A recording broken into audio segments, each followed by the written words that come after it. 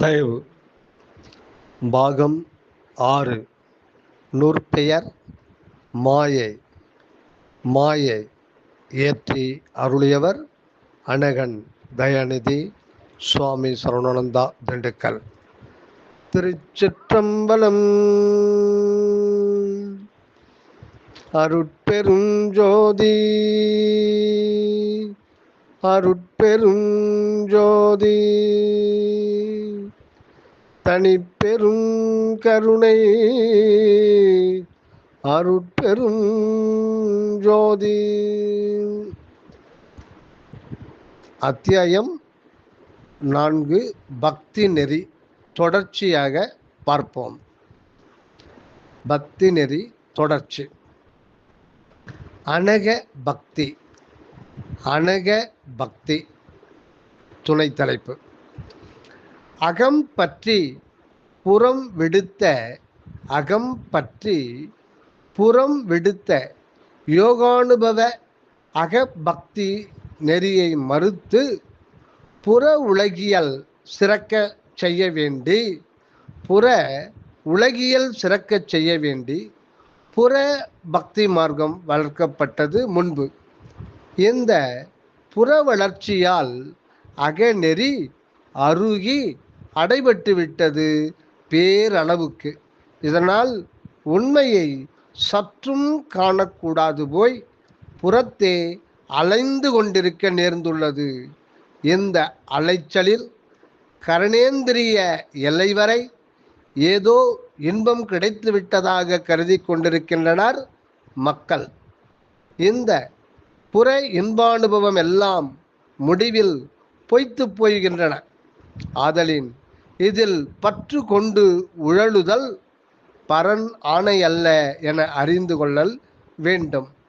அகம் அறியா புறநெறியும் அகம் அறியா புறநெறியும், அதாவது அகநிலையை அறியாத புறநெறியும் புறம் சூழா அகநெறியும், அதாவது புற உலகியல் தொடர்பை, உலக வாழ்க்கையை, உடலை, எல்லாவற்றையும் வெறுத்து அகநிலையை சென்று ஐக்கியமாக வேண்டும் என்ற முயற்சியில் செல்லுதல் அகநெறி.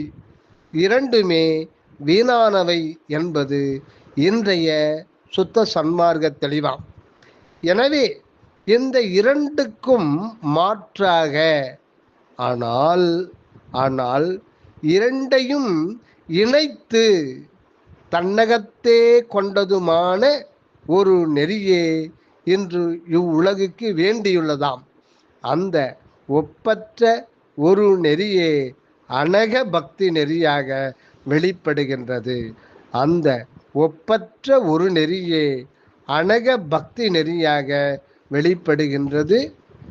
இப்பொழுது இந்நெறி முதலில் சத்விசாரத்தால் அக உண்மையை அறிந்து கொள்ளச் செய்கின்றது. இந்நெறி முதலில் சத்விசாரத்தால் அக உண்மையை அறிந்து கொள்ளச் செய்கின்றது.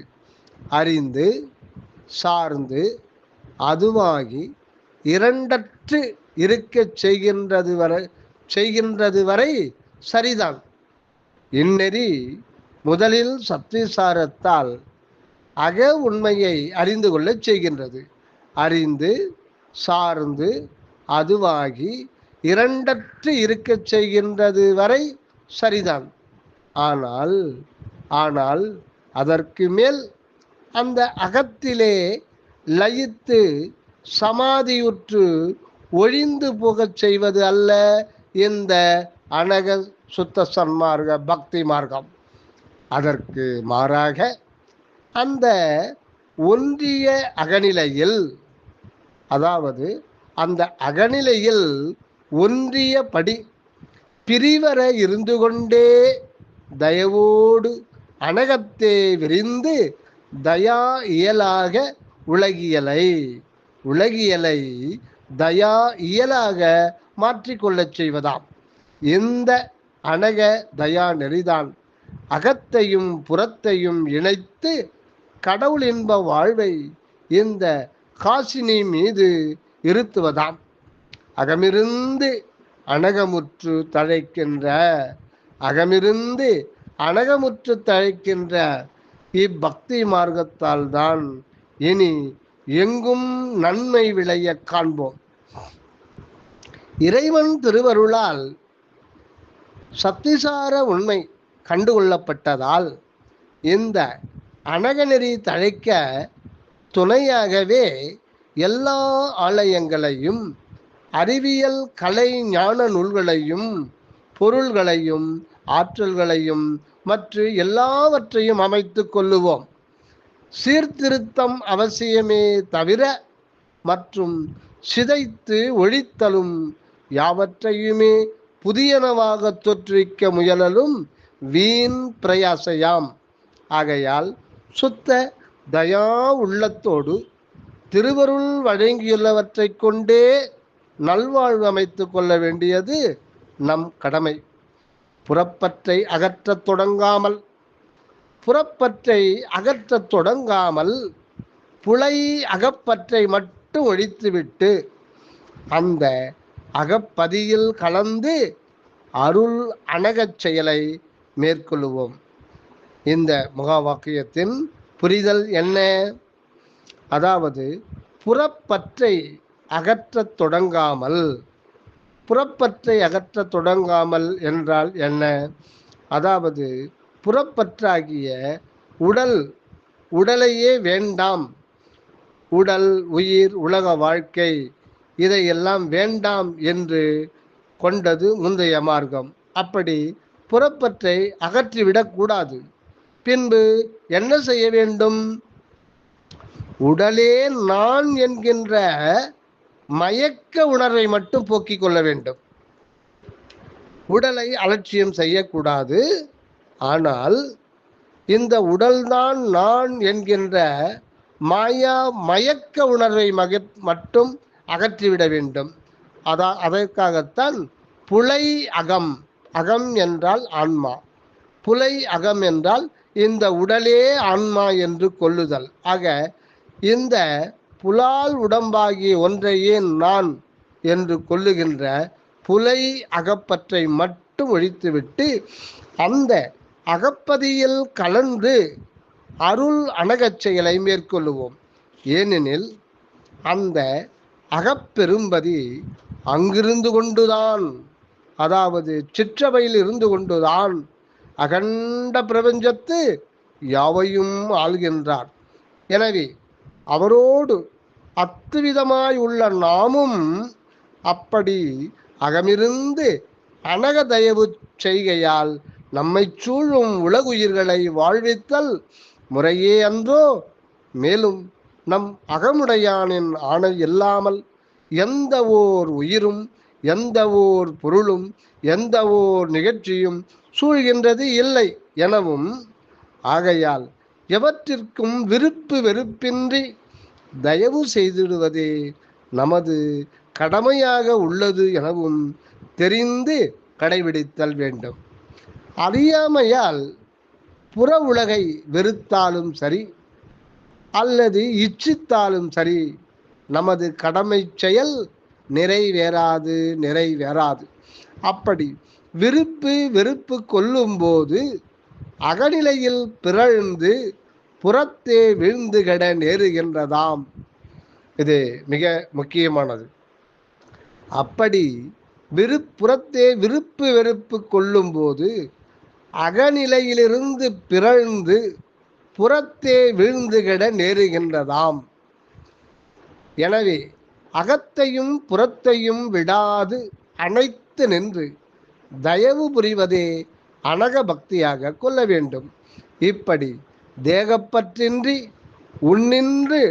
உன்னின்று அதாவது அகநிலையிலிருந்து சிற்றபையில் அருள் உணர்வோடு நிலைத்திருந்து கொண்டு உன்னின்று உலகியலை நடத்தி வருவதாலே அக ஆன்ம நிலையே அனக நிறைவாகி தேகத்தை அவ்வண்ணமாக மாற்றியமைத்து விடுவது திருவருள் ஆணையாம்.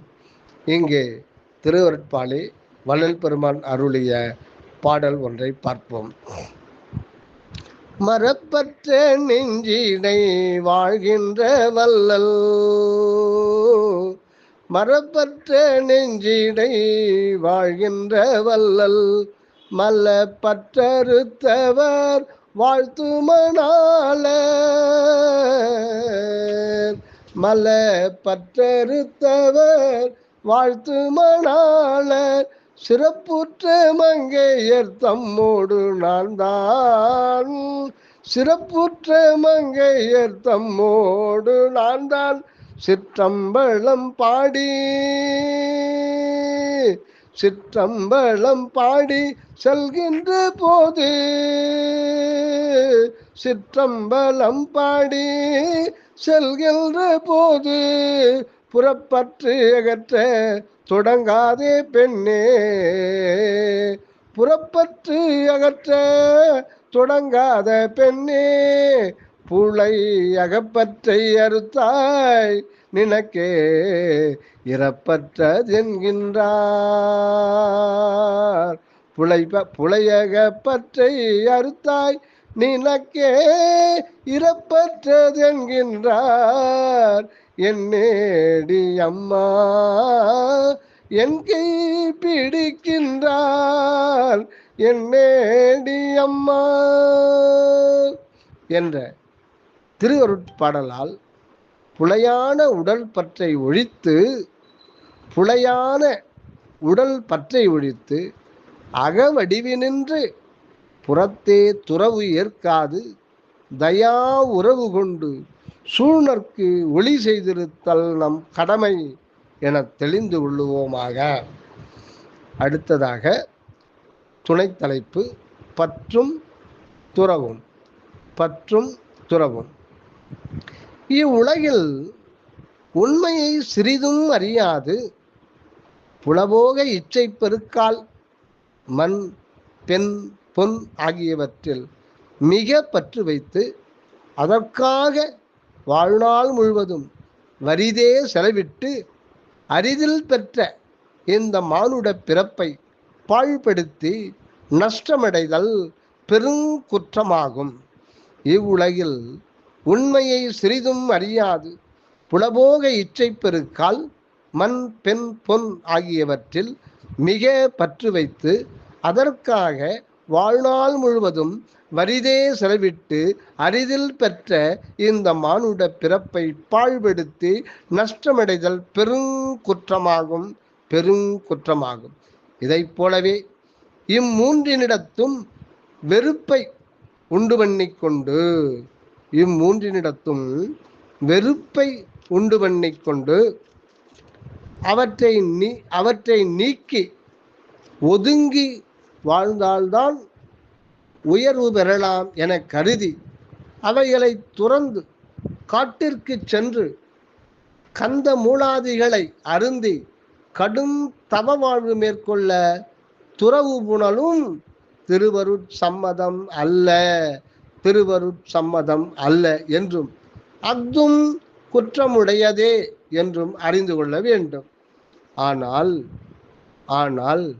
உலகவர் பெரும்பான்மையோர் இல்லறமேற்று வாழ்வதாலும் மிக சிறுபான்மையோரே துறவரம்புண்டு ஒழுகலானும் இத்துறவு நெறிக்கு ஒரு மகிமை வழங்கப்பட்டது. அன்றியும் துறவு நெறியில் தனித்திருந்து தவமுயற்சி செய்தால் சாதாரண மனித தரத்திற்கு அப்பாற்பட்ட யோக ஞான சக்தி அடையப்பட்டு அநேக தத்துவ கலைஞானங்கள் வெளியிடப்பட்டன. ஆதலின் நீத்தார் பெருமை புகழிற்கு உரியதாயிற்று. இதனால்தான் துறவரசுக்கு புவி அரசுகளெல்லாம் தலை வணங்குகின்றன. ஆனால் புறத்துறவை விட உள்ளத்துறவு, புறத்துறவை விட உள்ளத்துறவு, அதாவது இச்சையற்று மனத்துக்கண் மாசிலன் ஆகி புறத்தை விலக்கி ஓட முயலாது, புறத்தை விலக்கி ஓட முயலாது ஒட்டி ஒழுக கற்றுக்கொண்டால் அத்துறவை மேலானதாக உலகம் ஏற்கின்றதா? இதற்கும் மேலாக இந்த அணகநெறி இப்பொழுது தோன்றியுள்ளதால் இந்த ஒளியிலே பற்றும் துறவும் எப்படி அமைகின்றன என்று தெளிந்து கொள்ள நேர்கின்றதாம். உண்மை நேர்ந்துள்ளதாம். உண்மை பதியினிடத்து உட்பற்றால் ஒன்றிடவும், உண்மை பதியினிடத்து உட்பற்றால் ஒன்றிடவும், அவனின்று அணகமுற்று புறப்பற்றை அறுக்காது அனக பக்தி நெறியில் படர்வதுவே யாவற்றினும் சிறந்ததாக ஏற்கப்படுகின்றதாம். இதற்கு சான்று அருட்பாவில் ஓடாது மாயையை நாடாதே, ஓடாது மாயையை நாடாது நன்னெறி ஊடாதிரு என்றீர் வாரீர், வாடாதிரு என்றீர் வாரீர். ஓடாது மாயையை நாடாது நன்னெறி ஊடாதிரு என்றீர் வாரே, வாடாதிரு என்றீர் வாரே. இதில் இந்த பாடல் வரிகளில் நமது புரிதல் என்ன என்றால், ஓடாது, ஓடாது என்றால் இந்த உலகை துறந்துவிட்டு காட்டுக்கு துறவு மேற்கொண்டு கடும் தவம் செய்ய உலகை விட்டு ஓடிவிடாது, உலகியலே உலகியலோடு உலகியலாரோடு ஒட்டி வாழ வேண்டும். ஆனால் அதே நேரத்தில் மாயையை நாடாது, மாயையை நாடாது. இங்கு மாயையால் மதிகலங்கி மாயையிலும் விழுந்துவிடக்கூடாது. நன்னெறி ஊடாது இரு என்றீர் வாரீர், வாடாது இரு என்றீர் என்ற அருட்பாவால் இனி அனக பக்தி செய்திருத்தல் ஒன்றே வாடாநிலை வழங்குவதாக, இரவா வாழ்வில் இருத்துவதாக அறிந்து கொள்ள வேண்டும். அடுத்ததாக பக்தி வலையில் படு பரம்பொருள், பக்தி வலையில் படு பரம்பொருள். ஞானம் யோகம் கர்மம், ஞானம் யோகம் கர்மம் என்ற மார்க்கங்களில் பயின்று பரமன் அருள் பெறுவதை காட்டிலும் பக்தி செயலால் பாமரரும் அதனை, அதாவது கடவுள் அருளை அடையக்கூடும் என்று கூறுவர். ஆனால் அந்த பக்தி தீவிரமாயிருந்தால் அன்றி குறிக்கோளை அடைய முடியாதாம். அப்படி தீவிர பக்தி செய்ய முற்பட்ட பலரும் ஒரு மூர்த்தி அல்லது லட்சிய பொருளை முன்வைத்து அதனிடத்தேதான் முழு பிரேமையும் கொண்டாடினார்கள். அதனால் புற உலகையும் அதில் தான் செய்ய வேண்டிய கடமையையும் தன்னையும் கூட மறந்து தெய்வ பித்தர்கள் போல் அதிலே மூழ்கிவிட்டார்கள். எங்கும் எதிலும் அந்த மூர்த்தி பாவனை முற்றி அதுவே முன்னிற்க கண்டு கூதுகளித்து விட்டனர். முடிவில் அதே நாட்டத்தோடு கண்களை மூடிவிட்டனர். அவர்களின் அந்த பக்தி வலையில் அவர்களுடைய பரமன் சிக்கிவிட்டதாகவே உலகம் கொண்டது. இன்று அந்நெறியின் குறைபாடு நன்கு உணரப்படுகின்றது. தீவிர சிந்தனையின் பயனாக மனோவெளியில் தோற்றியதும் புற உருவினிடத்து எழுந்தருளி காட்சி கொடுத்து பாலித்ததும், இது முக்கியமானது. தீவிர சிந்தனையின் பயனாக மனோவெளியில் தோற்றியதும் புற உருவினிடத்து எழுந்தருளி காட்சி கொடுத்து அருள் பாலித்ததும் நம் அகப்பெரும்பதியின் ஏகதேச அருட்செயலே, ஏகதேச அருட்செயலே என தெரிய வருகின்றது. அந்த பக்தி வலையில் சிக்கியதும் உண்மை பரம்பொருள் அல்ல எனவும் அதனுடைய ஒரு மாயா சாயையே எனவும் அறிகின்றோம். அந்த சாயையிலே தீவிர பக்தி செலுத்தி சாயவே நேர்ந்தது மாயையின் விளையாடலே. நிழல் உருவில் பற்று விடுத்து நிசப்பொருளில் பற்று தொடுத்து உள்நிலை கொண்டு தீவிரமான அனகபக்தி செய்ய வேண்டியுள்ளது. இது மிக முக்கியமானது. நிழல் உருவில் பற்று விடுத்து நிஜப்பொருளில் பற்று தொடுத்து உள்நிலை கொண்டு, அதாவது அகநிலையை அறிந்து அதில் ஒன்றாக நிலைத்து நின்று தீவிரமான அனக பக்தி செய்ய வேண்டியுள்ளது. இந்த பக்தி வலையில் படுவது இயற்கை உண்மை வடிவாயும் இயற்கை விளக்க நிறைவாகியும் இயற்கை இன்ப அனுபவமாயுள்ள உண்மை பரம்பொருளேயாம். இந்த பதிபக்தியினால் முன்னோர் முறைபோல் யோக சமாதியில் ஆழ்ந்து விடாமலும் அகம் விடுத்து புற கிரியைகளில் அழுந்தி போகாமலும் இருக்க ஓர் ஒப்பற்ற சுத்த சன்மார்க்க சாத்திய முறை சித்திப்பதாய் உள்ளதாம். மேலும் இப்பக்தியின் நிறைவில் ஞான யோக கர்ம கூறுகளும் பொருந்தி விளங்க காண்போம். அடுத்ததாக துணை தலைப்பு ஞாபகமும் பக்தியும். ஞாபகமும் பக்தியும். நம் உண்மை பக்தியில் சத்விசார உண்மையான பதி ஞானமும் பிரிவர கலந்து இலங்கும் மெய்ப்பொருள் பற்றாகிய உண்மை பக்தியும் அதினின்று அனக விரிவால் புறத்து ஆற்றப்படும் செயலால் திருவிளை ஆகிய உயர் கர்மமும் முடிவில் பெறப்படுகின்ற சுத்த பிரணவ ஞான தேக சித்தியால் மகா யோக முடிவும் அடைய பெறுகின்றனவாம். ஆகையால் ஞானம் பக்தி கர்மம் மகா யோக கூட்டு பொருளாகிய, அதாவது ஒவ்வொன்றின் முதல் எழுத்து சேர்ந்த ஞாபகம் நமது அனக நெறியால் தான் சித்திப்பதாய் உள்ளதாம்.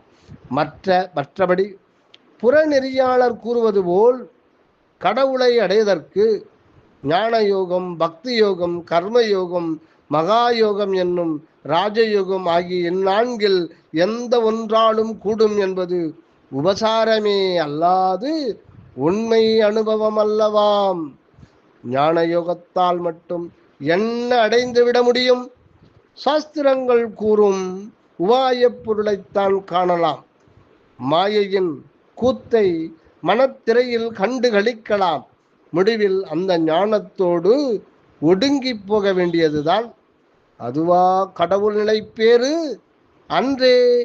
இதுபோலத்தான் புற பக்தி யோகத்தாலும் கர்ம யோகத்தாலும் ராஜயோகத்தாலும் தனித்தனியாகவோ ஒன்று கூடியோ அருட்பேரின்ப வாழ்வை வழங்க முடியாது என்பதுதான் அனுபவத்தில் கண்ட ஒன்று. சுத்த சன்மார்க்கம் ஒன்றினால் தான் மேற்படி ஞாபகம் ஞான பக்தி கர்ம மகாராஜ யோகம் நான்கும் ஒன்று கூடிய மேலும் அதற்கு மேற்பட்ட ஞாபகம் நம் குறிக்கோளை எய்துவிக்கும். அனக பக்தி செயலால் இந்த ஞாபகத்தின் பூர்ண இயலும் எளிதில் வெளிப்பட்டு வாழ்விப்பதாய் உள்ளதாகும். இந்த பக்தி வலையில்தான் அந்த மேலான பரம்பொருள் சிக்கும். அப்பரம்பொருளோடு அத்துவிதமாக உள்ள நாமும் இந்த அனக பக்தி வலையை கொண்டு ஆன்மநேய ஒருமைப்பாட்டுரிமை சகோதரர்களை எல்லாம் பிடித்து விடுவோம். ஆதலின் இந்த வலையில் படுகின்றவர் பரம்பொருள் ஒருவர்தானா? எல்லாம் தாமேயான அனுபவமுறும் ஆன்மாக்கள் யாவும் இந்த வலையுட்படுவது உண்மை. தயவு உட்பெருஞ்சோதி அருட்பெருஞ்சோதி தனிப்பெரும் கருணை அருட்பெருஞ்சோதி.